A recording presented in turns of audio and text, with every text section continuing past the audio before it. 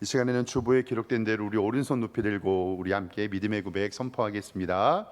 나는 천지를 지으신 여호와께 복을 받는 자입니다. 아멘. 우리 천지를 지으신 여호와께 복을 받는 우리 성도님들 되시기를 주님의 이름으로 축원합니다. 우리 말씀 보기 전에 우리 인사 한번 하겠습니다. 좌우 돌아보시면서 주님의 이름으로 사랑합니다 인사하겠습니다. 네, 주님의 이름으로 사랑합니다. 2부 예배 오신 우리 성도님들을 하나님께서 기뻐하시고 복 주시기를 소망합니다. 사도 바울이 에베소를 방문하여서 그들에게 복음을 증거합니다. 그런데 그들은 세례 요한 세례 요한의 설교만 세례 요한의 세례만 알고 큰일 났네요. 세례 요한의 세례만 알고 예수님의 세례를 알지 못했습니다. 그래서 이 사도 바울은 바른 믿음을 가르쳐 주기 위해서 예수님의 세례를 가르쳐 줍니다. 그리고 그들이 성령 세례를 받습니다. 그리고 우리는 그 늘 성령님과 함께 생활을 합니다. 지난 시간에 성령님이 하시는 일들에 대해서 함께 좀 말씀을 나눴었습니다. 예수님의 십자가, 부활, 승천을 통해서 하나님의 나라로 먼저 올라가셨지만 우리에게 성령님을 보내주셔서 임마누엘의 하나님을 함께하게 하셨습니다. 세상 끝날까지 함께 하신다는 성령님, 예수를 믿도록 인도하신 하나님, 오늘도 내 스스로 내가 선택하여 교회에 온 것처럼 보이지만 이 모든 역사 가운데 성령님의 인도와 보호하심이 우리 가운데 있음을 고백합니다. 죄를 깨닫게 하시며 회개하게 하신 성령님, 구원의 참된 기쁨을 누리게 하신 성령님, 기도할 수 있고 아바 아버지라고 부르게 하신 성령님, 성령 충만하여 우리가 하나님의 사역을 감당하고 성령의 열매를 통하여 우리의 인격이 변화되고 내가 천국 갈 때까지 우리를 인도해 주시는 분도 바로 성령님입니다.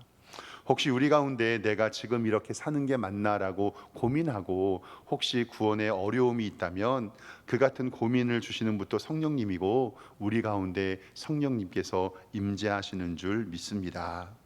에베소에서 이렇게 성령님이 임재하셨던 것처럼 우리 석샘교회에도 하나님의 성령님이 임재하셔서 우리에게 하나님의 큰 은혜 베풀어 주시기를 소망합니다. 오늘 말씀 이제 8절부터 보도록 하겠습니다. 8절에 보면요, 성경 봅니다. 바울이 회당에 들어가 석 달 동안 담대히 하나님의 나라에 관하여 강론하고 권면합니다. 회당에 들어가서 하나님의 복음을 증거하는데요, 이제 일반적으로 복음을 증거하면 나타나는 현상이 두 가지가 있죠. 9절에 보면 어떤 사람들은 마음에 굳어 순종하지 않고 무리 앞에서 이 도를 비방합니다. 그럴 때는 하나님께 모든 것을 맡기고 발끝을 떨어버리라는 하나님의 말씀에 순종하여 바울도 9절 하반절에 바울이 그들을 떠나 제자들을 따로 세우고 두란노 서원에서 날마다 강론하니라. 기독교 출판 문화하는 그 업체 중에서 두란노 서원이라고 하는 업체가 있거든요. 성경도 만들고 경건서적을 만드는 바로 이 두란노 서원이라는 이름이 여기에서 나왔습니다. 두란노 서원, 아마 성경 아카데미로 생각이 되는데요, 하나님의 말씀을 가르치고 그들에게 하나님의 복음을 증거합니다. 그리고 10절 말씀에 보면 두 해 동안 이같이 하니 아시아에 사는 유대인이나 헬라인이 다 주의 말씀을 들었다라고 에베소에서 2년 동안 있으면서 두란노 서원에서 하나님의 복음을 증거하게 됩니다. 이제 오늘 말씀을 통해서 하나님의 은혜를 좀 나누길 원하는데, 오늘 말씀을 통해서 우리가 성도님들이 꼭 기억해야 할 것은 우리에게 기적은 도구 혹은 방편이지 핵심이 아니라는 것을 우리는 먼저 알아야 됩니다. 기적은 도구이지 핵심이 아닙니다.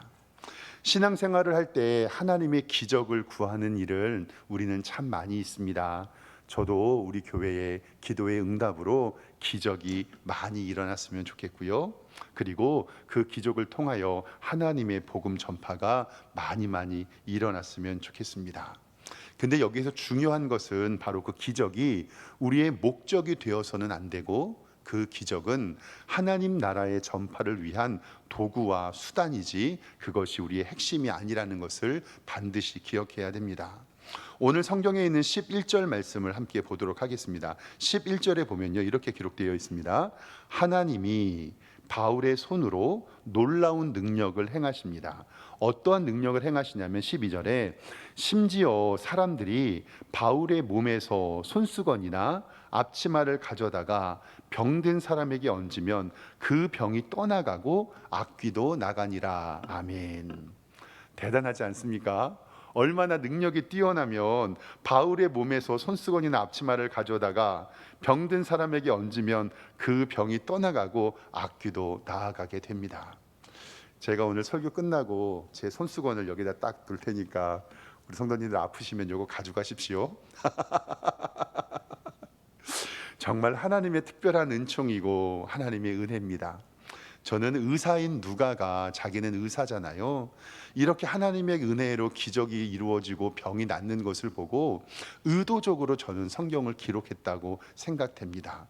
근데 여기에서 중요한 건 뭐냐면 기적의 중심이 바울에게 있는 것이 아니라 하나님에게 있습니다. 성경은 정확하게 11절에 이렇게 기록하고 있습니다.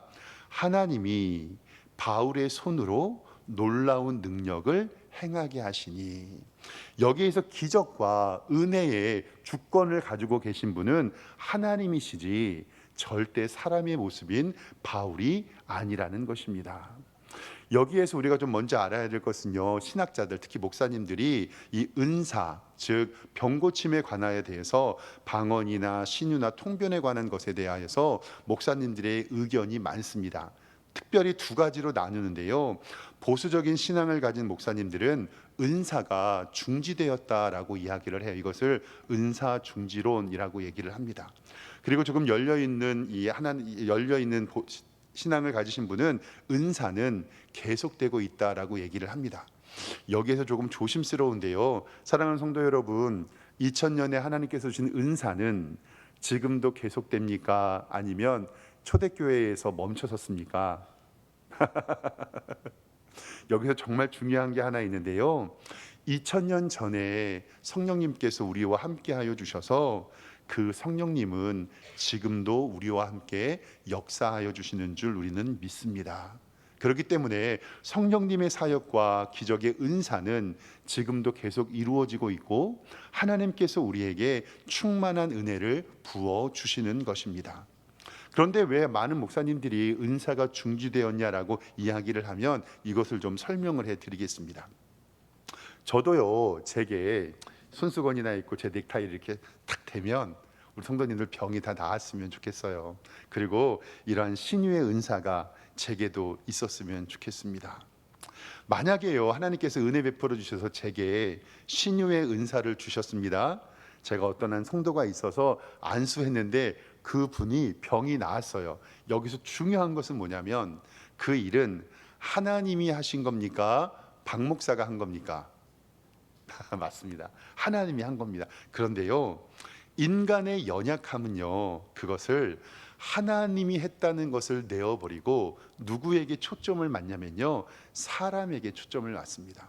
지금은 그런 집회가 거의 없어졌지만 80년대 90년대 기도의 집회를 보면요, 예언과 신유와 방언이 있었고요, 그리고 그곳에서 예언한다는 많은 일들이 있었습니다. 결론적으로 많은 것이 가짜임이 드러났는데요, 저는 기도원 집회 갔다가 목사님의 명함을 받았는데 실제로 40일 금식기도 3회 이렇게 써서 나눠주셨던 목사님의 명함도 받아본 적이 있어요. 그러니까 하나님께서 은혜로 기도하게 하셨고 금식하게 하셨는데 그 목회자에게 있어서는 40일 금식 기도가 하나님 앞에서의 자랑거리가 될 수도 있었다는 말씀이거든요. 우리가 꼭 기억해야 될 것은 뭐냐면 우리에게 기적이 일어나거나 병고침이 있거나 하나님의 큰 뜻이 일어나면 우리는 그것이 하나님의 전적인 은혜임을 우리는 고백해야 된다라는 사실입니다. 그리고 저는 신학교 때 이렇게 배웠어요. 전도사님들에게 이제 목회를 담당하는 목사님들이 가르쳐 주시는 거죠. 너희들에게 신유의 은사가 있다고 해서 절대 교만하지 말아라. 만약에 너네들이 안수하여서 어떤 사람이 암이 낫거나 병이 고쳐지면 그것은 너에게 신유의 은사가 있는 것이 아니라 하나님의 기도의 응답이다라고 우리에게 말씀을 해 주셨습니다. 그러니까 우리가 가만히 생각을 해보면 우리가 어떤 병고침이나 기적의 은사가 있을 때 그것은 인간의 중심이 아니라 누가 일하신 거죠? 하나님이 하신 거다. 그렇기 때문에 우리에게 있어서 신유의 은사가 있다 없다를 논쟁할 거리가 하나도 없다는 거예요. 왜냐하면 내게 신유의 은사가 있다고 할지라도 그 일을 이루시는 분은 하나님이시기 때문에 하나님의 기도의 응답으로 모든 영광 주님께 올려드립니다 라는 말씀으로 해석되면 모든 것이 이해가 된다라는 사실입니다. 우리는 인간의 공로주의와 인간의 이름이 높여지는 것을 철저하게 배격해야 됩니다. 왜냐하면 나는 다만 쓰임받는 도구일 뿐이지 그것이 목적이 될 수 없다는 말씀입니다. 우리 교회 이름이 무엇이죠? 석샘교회. 아직도 제가 섬겼던 교회, 옛날에 섬겼던 교회요. 가끔씩 제가 이제 교구에 있었던 권사님들이 전화 와요. 목사님, 속샘교회 잘 있어요? 아이 권사님, 석샘교회라니까요. 석샘교회 맞아요. 반석에서 샘이 터져 나오는 교회 석샘교회. 근데 아직도 제가 옛날에 섬겼던 우리 권사님들은 속샘교회로 속셈학원을 하셨는지 그렇게 얘기합니다.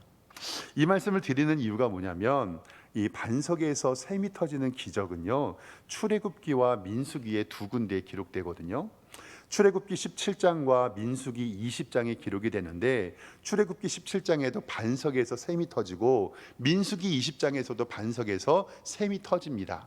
근데 저는 우리 교회를 소개할 때 민수기 20장은 얘기 잘 안 하고요, 출애굽기 17장만 얘기합니다. 혹시 왜 그러는지 아시는 성도님들 계신가요? 왜 그러냐면 출애굽기 17장에는 하나님의 은혜로 말미암아 이스라엘 백성들이 풍성히 먹었는데요, 민수기 20장에 기록한 반석에서 샘이 터진 다음에 누가 징계를 받죠? 모세가 징계를 받아요. 하나님께서 모세에게 반석을 치라 명령하셨는데 모세가 그곳에서 하나님의 영광을 높이지 않습니다. 가만히 한번 생각해 보세요. 이스라엘 백성들을 이끌어 나가는데 하나님께서 반석 위에서 지팡이로 치라고 말씀합니다. 모세의 입장에서 멋있게 싹 등장해가지고 누가 하는 것처럼 내가 하는 것처럼 반석을 두 번 탁탁 쳐서 하나님의 영광을 구하는 것이 아니라 자기의 영광을 구하고 싶은 마음이 우리 마음속에 있다는 거예요. 그러니까 우리는 신앙생활하면서 의도적으로 그리고 의지적으로 어떠한 영광이나 하나님의 은혜가 있을 때는 그 모든 것이 하나님의 은혜임을 고백하는 성도님 되시기를 주님의 이름으로 축원합니다. 내가 한 것처럼 보이는 것이 아니라 그 기적은 하나님의 은혜이고 하나님의 주권이라는 사실입니다. 계속해서 사도행전 말씀을 묵상했죠. 사도행전 10장에 놓으면 고넬료 가정을 베드로가 방문합니다. 그때요, 베드로가 방문했을 때 고넬료가요, 하나님의 종이 오니까 큰 절을 합니다. 그때 베드로가 그렇게 하지 마십시오라고 얘기하고, 사도행전 14장 말씀에는 루스드라에서 다리를 걷지 못하는 사람을 고칩니다. 그때 많은 사람들이 이 사도 바울과 바나바를 제우스와 헤르메스라고 이야기하면서 그들을 섬기며 제사를 드리려고 할 때 그들이 어떻게 했냐면 철저하게 배격합니다. 옷을 찢고 소리를 질러 나는 신이 아니라 사람이라 라고 이야기를 합니다. 사도들이 하나님의 복음을 전파할 때 자신이 높아지려는 것을 의도적으로 의지적으로 피하였다는 것을 성경은 우리에게 알려주고 있습니다. 왜냐하면 사람이 우상이 되면 안 됩니다. 사람이 하나님보다 높여지면 안 되고 우리의 영광과 우리의 찬양을 받으실 분은 오직 한 분 하나님이신 줄 우리는 믿습니다. 그렇기 때문에 개혁파 목사님들이 모든 영광을 하나님께 돌린다라는 입장에서 은사는 이미 중지되었고 우리의 기도의 응답이라고 설명하는 것이 어느 정도 이해는 됩니다. 그러니까 우리가 하나님의 기적과 하나님의 은혜가 있을 때 우리는 하나님께서 하셨다는 모든 영광을 주님께 올려드려야 함을 꼭 기억하시기를 바랍니다. 그러면 우리가 하나님께서 사용하시는 도구로 우리가 지향해야 할 것은 무엇이냐? 하나님께서 모세에게 지팡이를 주신 것은 그 지팡이를 통하여 홍해가 갈라지고 그 지팡이로 반석을 치니 물이 나오고 하나님께서 그 지팡이를 모세의 도구로 사용했던 것처럼 하나님께서는 그 모세를 하나님의 도구로 사용하신다라는 사실입니다. 그렇기 때문에 하나님께서는 모세에게 모세야 너도 나의 도구야. 도구가 해야 될 것은 깨끗하여야 된다라고 우리에게 말씀하고 있습니다.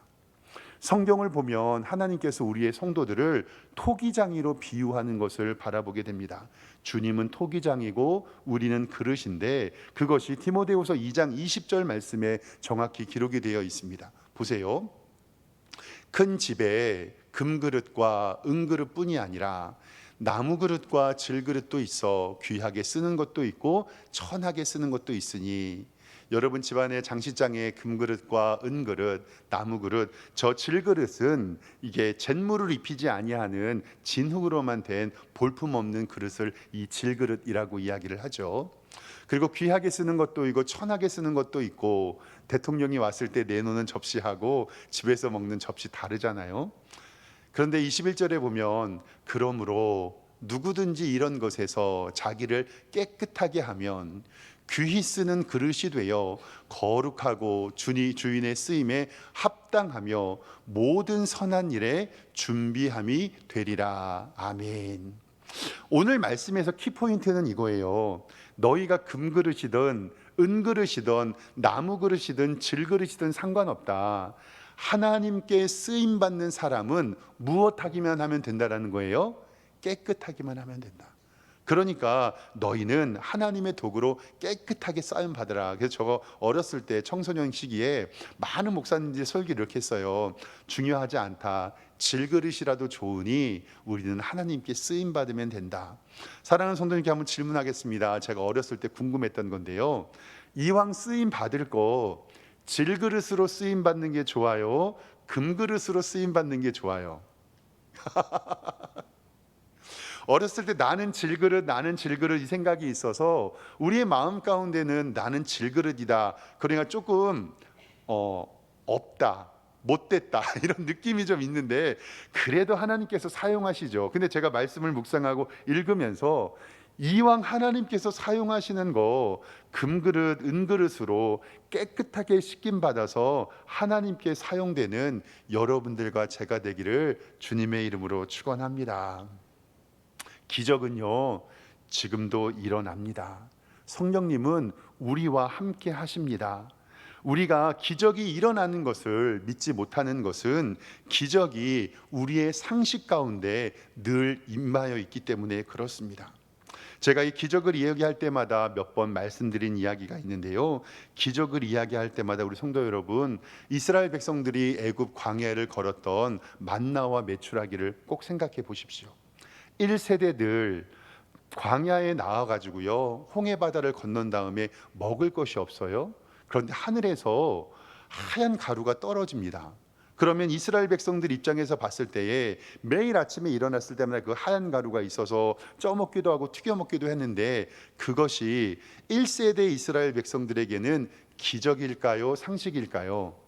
기적이에요. 근데 문제는 늘 말씀드리다시피 광야에서 태어난 2세대 사람들에게 있어서는 어렸을 때부터 아침에 일어나면 뭐가 있습니까?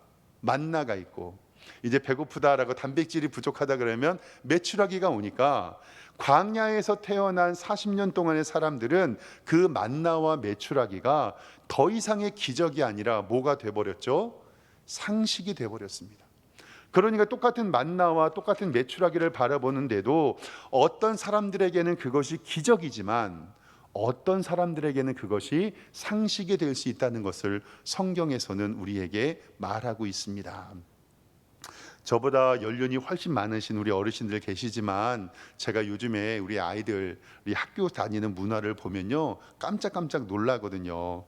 저 어렸을 때 저도 나이가 그렇게 많지는 않은데 저 어렸을 때요 나무 연료 떼는 난로를 떼고 다녔거든요. 그래서 겨울이면 나무 난로에 있어갖고 연통 이렇게 하고 성경 집사님 그래요? 맞아요? 집사님도 나이가 많지 않은데 나무 이렇게 떼는 거. 그래서 그 도시락을 싸서 진짜 양은 도시락 위에다 물 버놓고 그거 끓여서 먹었었거든요. 그리고 저는요 어렸을 때요 57번, 63번 막 그랬었어요. 그리고 지금도 초등학교 3학년 때까지 저는 오전반, 오후반이 있었거든요. 그리고 도시락 싸갖고 다니고 학교에 정수기가 어디 있습니까? 그리고 한 번에 60명 넘고요. 사물함이 어디 있어요? 선풍기가 어디 있어요? 근데 제가 그 이야기를 우리 아이들에게 하면요, 아이들이 뻥치지 말래요. 어떻게 에어컨 없이 학교 다니고 어떻게 선풍기 없이 학교 다니고.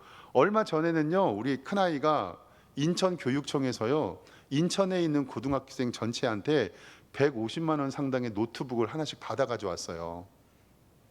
인천 좋죠.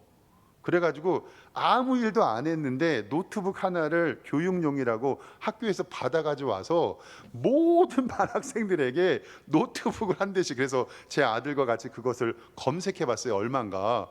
그랬더니 삼성 노트북 156만 원이더라고요. 저는 그거를 바라보면서 저 때의 교육과 너무너무 다른 거예요. 그래서 제가 학교에서 기억나거든요. 중학교 때 선풍기가 없어서 너무 더워가지고 우리끼리 돈 모아서 선풍기를 달자 그랬는데 학교에서 못 달게 했어요. 전기세 나온다고.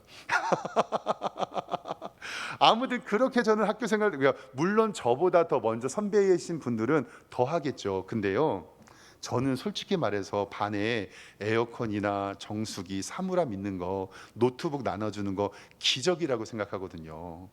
근데 요즘 애들에게는 그게 기적일까요? 당연한 걸까요?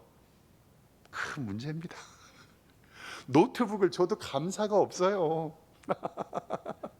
그리고 거기에 딱 써 있거든요. 이 자산은 뭐 문교부 자산입니다. 이렇게 써 있어서 와 이렇게 발전될 수 있겠어요. 제가 이 얘기를 다른 목사님들한테 하니까 어느 지역은 패드를 주고 어느 지역은 뭘 주고. 요즘에는요 우리 아이들 교복도 학교에서 다 주고요. 체육복도 다 주고요. 참 이것을 바라보면서 이것이 누구에게는 기적이지만 누구에게는 상식이다라는 것을 생각하게 되는 것이 너무도 깜짝깜짝 놀랍니다. 그러니까 기적은 환경이 아니라요 나 같은 죄인을 용서하시고 하나님의 은혜로 구원받게 하신 그 기적이 유일한 기적이고 십자가의 능력인 줄 우리는 믿습니다. 이러한 기적이 일어납니다. 이제 이렇게 기적을 정리하면 13절 말씀 성경을 좀 보면요 이렇게 기록되어 있습니다. 이에 돌아다니며 마술하는 어떤 유대인들이 시험 삼아서 악귀 들린 자들에게 주 예수의 이름을 불러 말하되 내가 바울이 전파하는 예수를 의지하여 너에게 명령하노라 하더라. 가짜 술객들이요 예수님의 이름을 팔고 다닙니다. 그리고 14절에 유대의 한 제사장 스게와의 아들 7 아들도 이같이 행합니다. 근데요 귀신이 귀신같이 알아본다고 15절 말씀에 악귀가 대답하여 이르되 내가 예수도 알고 바울도 알거니와 너희는 누구냐 하면서 그 점쟁이들을 멸시하게 되는 것을 바라보게 됩니다. 오늘 말씀 가운데서 하나님께서 바울을 통해서 이러한 기적과 영적인 은혜를 주시는 것은 사람이 중심, 즉 바울을 높이려고 하는 것이 아니라 오늘 말씀 17절에 이 같은 기적을 나타내신 은혜가 분명히 기록되어 있습니다. 보세요. 에베소에 사는 유대인과 헬라인들이 다 이 일을 알고 두려워하여 누구의 이름을 높이죠? 주 예수의 이름을 높입니다. 하나님께서도 저는 우리 교회에 이런 기적과 은혜를 베풀어 주셔서 주 예수 그리스도의 이름만 높아지기를 주님의 이름으로 축원합니다. 그리고 18절에 믿는 사람이 많이 와서 자복하여 행한 일을 알린다라고 성경은 이야기합니다. 성경은 어디에도 바울을 높이고 사도를 칭찬하는 일이 없습니다. 물론 사람에게는 칭찬과 격려가 필요합니다. 그러나 정말 중요한 것은 우리의 삶의 전 영역을 통해서 우리가 영광 돌리고 높여야 할 분은 한 분 하나님이신 것을 꼭 기억하시기를 주님의 이름으로 축원합니다. 이러한 기적이 나타나는 곳에 하나님의 은총이 나타납니다. 18절 말씀에 믿는 사람이 많이 와서 자복하여 행한 일을 알린다. 이 자복이라는 단어는 자기의 죄를 스스로 고백하며 복종하는 우리의 영적 상태를 이야기를 합니다. 에베소 교회가 이런 회개 운동이 일어났고 죄를 멀리합니다. 그러므로 말미암아 부흥이 일어나는 것을 보게 됩니다. 사진을 좀 잠깐 보여주시겠습니까? 이 사진은 1907년에 평양 대부흥운동 때 산정현 교회에서 예배를 드리고 찍은 사진이고요. 다음은요, 이것도 마찬가지고요. 야, 벌써 120년 전에 부흥을 경험하고 저렇게 사진을 찍고, 그 다음이요, 부흥운동 다음에 부흥회를 할 때 저렇게 많은 성도들이 모여서 흰옷 입고 하나님 앞에 예배를 드리는데, 제가 왜 1907년도에 평양 대부흥운동의 사진을 보여드렸냐면, 이때 많은 목회자들이 하나님 앞에 자기의 죄를 자복하고 행한 일들을 알리며 회개 운동이 있었습니다. 먼저는 하디 선교사님께서 원산에서 이렇게 설교하셨어요. 처음에는 자기가 한국 선교가 힘든 것이 자신들은 열심히 하는데 한국인들이 열심을 하지 않는다라고 한국인들을 미워했다고 해요. 백인 우월주의가 있었다고 그렇게 하나님 앞에 회개했고요. 길선주 목사님은 유명한 이야기죠. 한 과부가 죽으면서 유산을 교회에 헌금을 내었는데, 그것이 자기가 필요해서 그때 당시 돈으로 100달러를 교회 운영비로 사용했는데, 나는 아간이라는 말을 통해서 모든 성도 앞에서 회개하였던 것을 보게 됩니다. 이 목회자들부터 시작한 이 회개와 자복의 운동을 통해서 하나님의 교회가 부흥했고, 바로 그 교회가 우리가 알고 있는 평양의 부흥 운동을 일으켰다라는 사실입니다. 이렇게 하나님 앞에 기적이 나타나고 회개가 있는 다음에는 어떠한 일이 일어나냐면 19절 말씀에 이렇게 기록되어 있습니다. 또 마술을 행하던 많은 사람이 그 책을 모아 가지고 와서 모든 사람 앞에서 불사르고 그 책값을 계산한즉 은 5만, 이 은 한 양이 노동자의 하루의 품삯이니까 은 5만이라고 하는 것은 5만 명의 품삯을 이야기하는 거니까, 이때 당시에 얼마나 많은 사람들이 우상에 빠지고 있는지를 알고 있습니다. 이것을 불사르면서 하나님의 은혜를 구하게 됩니다. 사랑하는 성도 여러분, 하나님께서 우리 교회에 이러한 기적의 은총과 하나님의 은혜를 주셔서 하나님의 풍성한 은혜가 있기를 원합니다. 목회자는 두란노 서원에서 하나님의 말씀을 가르친 것처럼 열심히 말씀을 가르치고, 하나님의 기적을 일어나는 모든 영광을 교회는 바라보며, 성도들은 회개하며 자신의 삶을 점검하며 하나님 앞에 행동할 때 하나님께서 우리에게 부흥을 주실 줄 믿습니다. 오늘 말씀 20절에는 이 같은 역사가 일어날 때 교회가 어떤 모습이 되었는지 성경 좀 보겠습니다. 성경 20절에 이렇게 기록됩니다. 이와 같이 주의 말씀이 힘이 있어 흥황하여 세력을 얻으니라. 아멘. 사랑하는 성도 여러분, 우리 석샘교회가 이 같은 부흥을 경험하고 하나님의 충만한 기적의 은총이 가득하기를 주님의 이름으로 축원합니다. 기도하겠습니다. 하나님 아버지, 사도 바울이 에베소에서 두란노 서원을 만들고 말씀을 강론하며 하나님의 교회가 든든히 서고 회개 운동과 자복 운동이 일어나며 교회가 주의 영광을 바라봤던 것처럼, 우리 석샘교회도 하나님의 기적의 은총이 일어나며 하나님의 능력을 사모하며 주님께 회개하는 일들이 일어나게 하여 주시옵소서. 그리하여 주님이 주신 은혜로 오류왕길동 지역에 하나님의 복음을 증거하며 바른 멋진 교회로 설 수 있도록 주님이 인도하여 주시옵소서. 감사드리고 예수 그리스도의 이름으로 기도드리옵나이다. 아멘.